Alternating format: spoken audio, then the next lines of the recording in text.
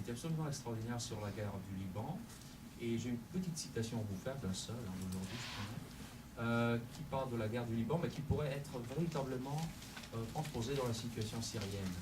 Alors, il dit, le Liban, depuis le début des hostilités, dit-il, il ne s'agit pas, il ne peut pas s'agir d'une guerre civile, mais de la projection de conflits externes dans des structures internes naturellement conflictuelles, prêtes non seulement à les accueillir, mais aussi à les susciter, à les aiguiser, en espérant trouver en elles leur suprême expression.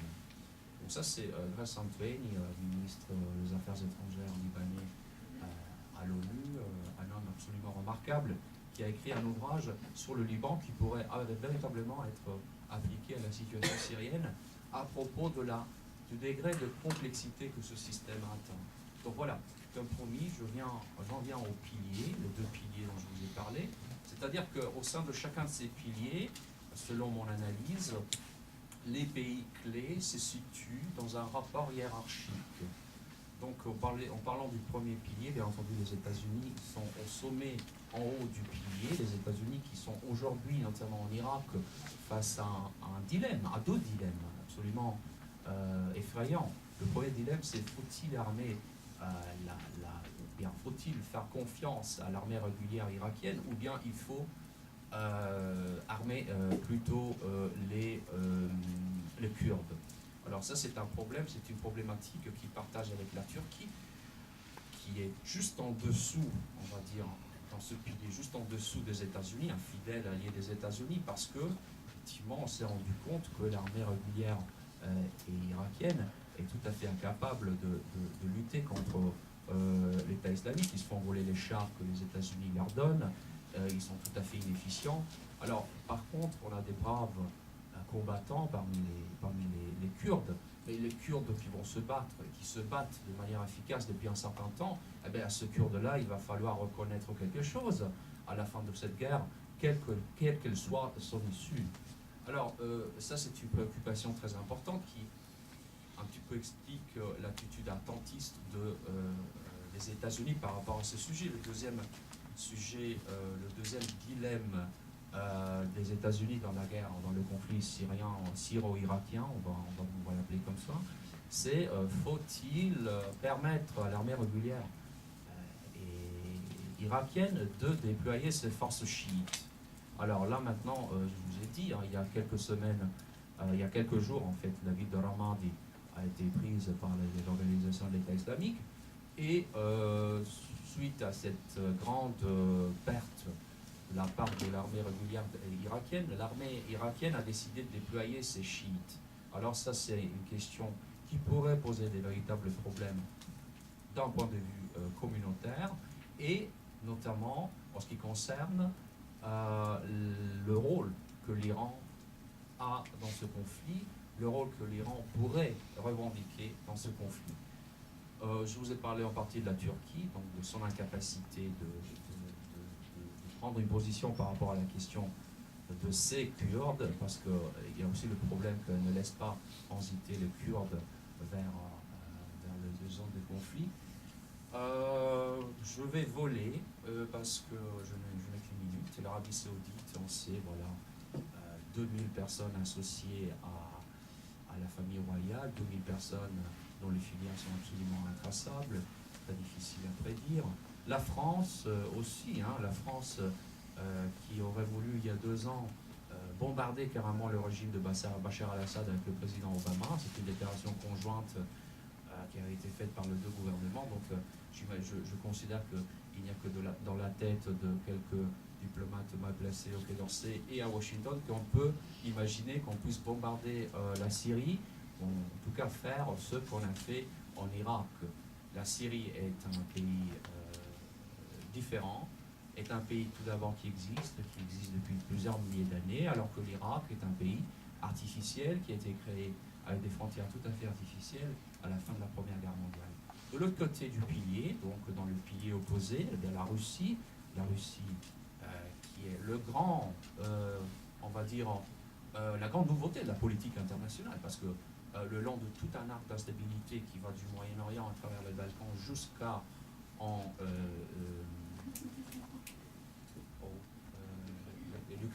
l'Ukraine. La Russie, effectivement, semble gagner du terrain. La Russie devient, en quelque sorte, pour beaucoup de pays, notamment au Moyen-Orient, devient un allié ou bien, en tout cas, un partenaire de tout à fait fréquentable. Il y a une double diplomatie en Russie, on le sait bien. La diplomatie en Crimée n'est pas la diplomatie au Moyen-Orient. En Crimée, on parle plutôt de diplomatie messianique laïque liée à la résistance. 24 millions de morts durant la Deuxième Guerre mondiale, ça ne s'oublie pas. Alors qu'au Moyen-Orient, c'est une diplomatie orthodoxe. Et la dimension orthodoxe de la diplomatie russe est quelque chose qui est absolument fondamental, notamment dans la recherche d'alliances. Je vous en parlerai davantage lorsqu'on parlera du Liban. Je mets dans le bac à proposition qu'on puisse parler du Liban, parce que chaque fois que je le cite, je dis que c'est le pays clé de tout le Moyen-Orient, mais j'arrive jamais à en parler. Donc je mets dans le bac à proposition qu'on puisse parler du Liban un jour. Oh, je vous ai dit, tout ça, ça se passe où? Ça se passe en Iran. L'Iran, c'est le premier pays qui a institutionnalisé la révolution islamique il y a 37 ans. L'État islamique aujourd'hui essaie de faire de même. Ils essayent d'institutionnaliser la révolution non plus sunnite, mais la révolution chiite, non plus chiite, mais sunnite, d'où leur appellation organisation de l'État islamique. Il faut s'interroger sur la signification des mots. Que puis-je dire? Je laisse les conclusions pour la partie questions-réponses. Je me limite à dire que il y a quand même un questionnement qui doit être fait quant aux alliances au niveau occidental. Voilà. Je vous remercie. Désolé si je n'ai pas eu le temps et la possibilité de développer ce que j'ai à dire. Voilà. Merci beaucoup.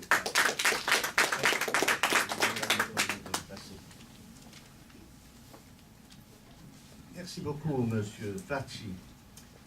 En vous écoutant, évidemment, moi et le public, nous sommes étonnés par la richesse de vos références et lectures historiques et par les éléments analytiques qui caractérisent toujours vos approches aux problèmes du Moyen-Orient. Maintenant, cette richesse d'analyse sur la complexité et la mosaïque de la région doit nécessairement aboutir à une simplification. Parce que l'analyse sociologique et historique nécessairement dissecte les caractéristiques même moléculaires des problèmes, mais la décision politique doit simplifier. J'ai eu cette expérience à l'université et avec les militaires. Quand j'entrais au département de sociologie à 2h30 de l'après-midi et j'en sortais à 7h, je ne comprenais rien. Chaque enseignant apportait le lot de sa complexité, il avait l'impression de dominer quelque chose et à la fin de la réunion, il y avait la complexité pure et dure, donc l'impossibilité de comprendre. Un matin, j'ai dit à ma collaboratrice, viens, on va chez le général Fricot-Chagnot à 8h moins le quart du matin. On est sorti 5 minutes après et le général avait déjà décidé en 3 minutes qu'est-ce qu'il fallait faire. Donc, les hommes d'action doivent réduire le niveau de la complexité. La réduction de la complexité, ça veut dire dans la région identifier les éléments portants du système international qui sont les États. Ce n'est pas par hasard que l'État islamique veut s'appeler État et veut faire référence au califat en termes idéologiques ou philosophiques comme pureté des origines, comme critique indirecte des États musulmans asservis à l'Occident.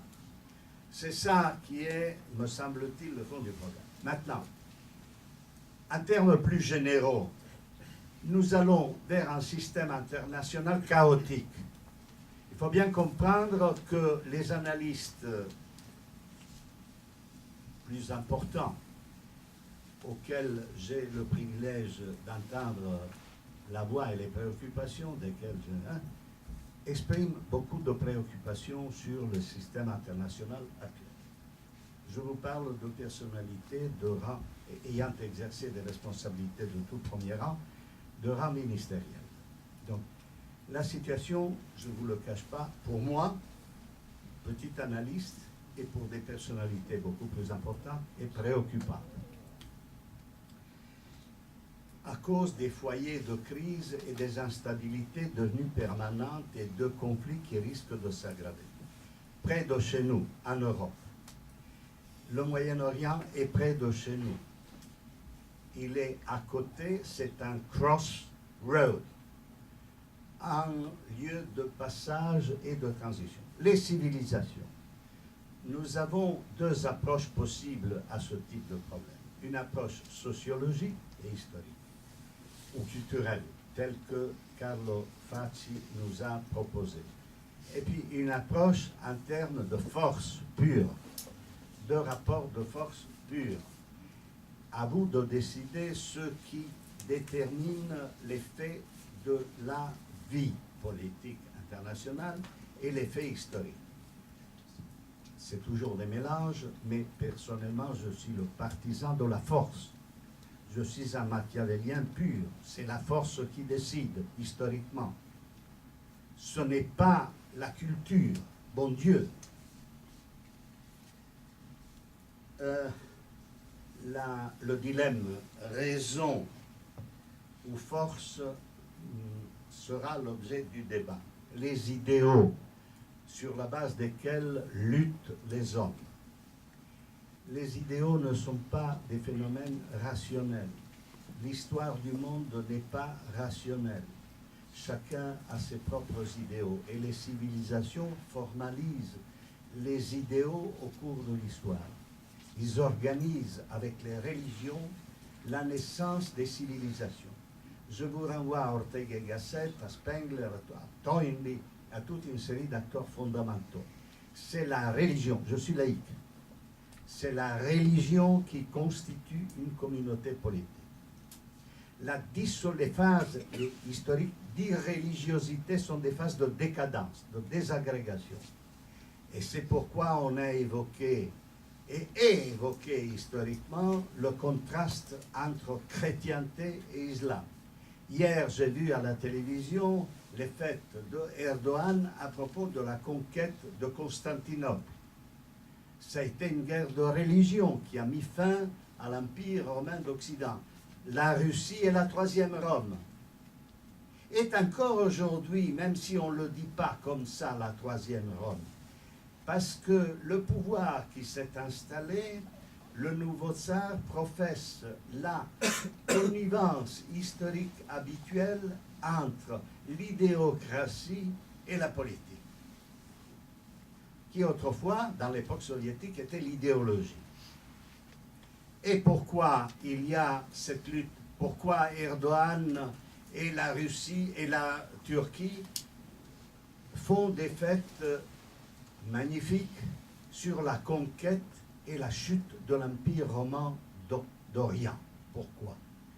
Parce qu'il y a dans l'inconscient collectif le souvenir du passé comme moteur de l'action et la revendication d'un rôle historique qui est opposé, je dis bien, opposé à la raison historique de l'Occident. Nous devons faire intellectuellement une analyse de ce qu'a été la raison historique. C'est la volonté de réformer le passé et de lutter contre les traditions. Pourquoi les pays islamiques ne veulent pas de la raison historique, soit-elle de développement ou pas? Parce que c'est la réforme des bases sur lesquelles s'est édifiée cette civilisation. Et si vous étudiez comment est née la raison historique en Occident, c'est la lutte contre la tradition. La volonté par la seule raison, la raison pure de Descartes, de faire table rase du passé et d'édifier l'homme nouveau, la société nouvelle et une nouvelle histoire.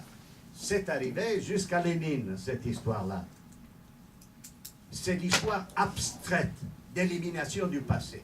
Mais les peuples et les civilisations que nous connaissons et que nous n'avons pas bien connues par le passé ne veulent pas éliminer ce passé. Ils veulent le conserver. Voilà quel est un petit message. Maintenant, je cède la parole à Pierre-Emmanuel.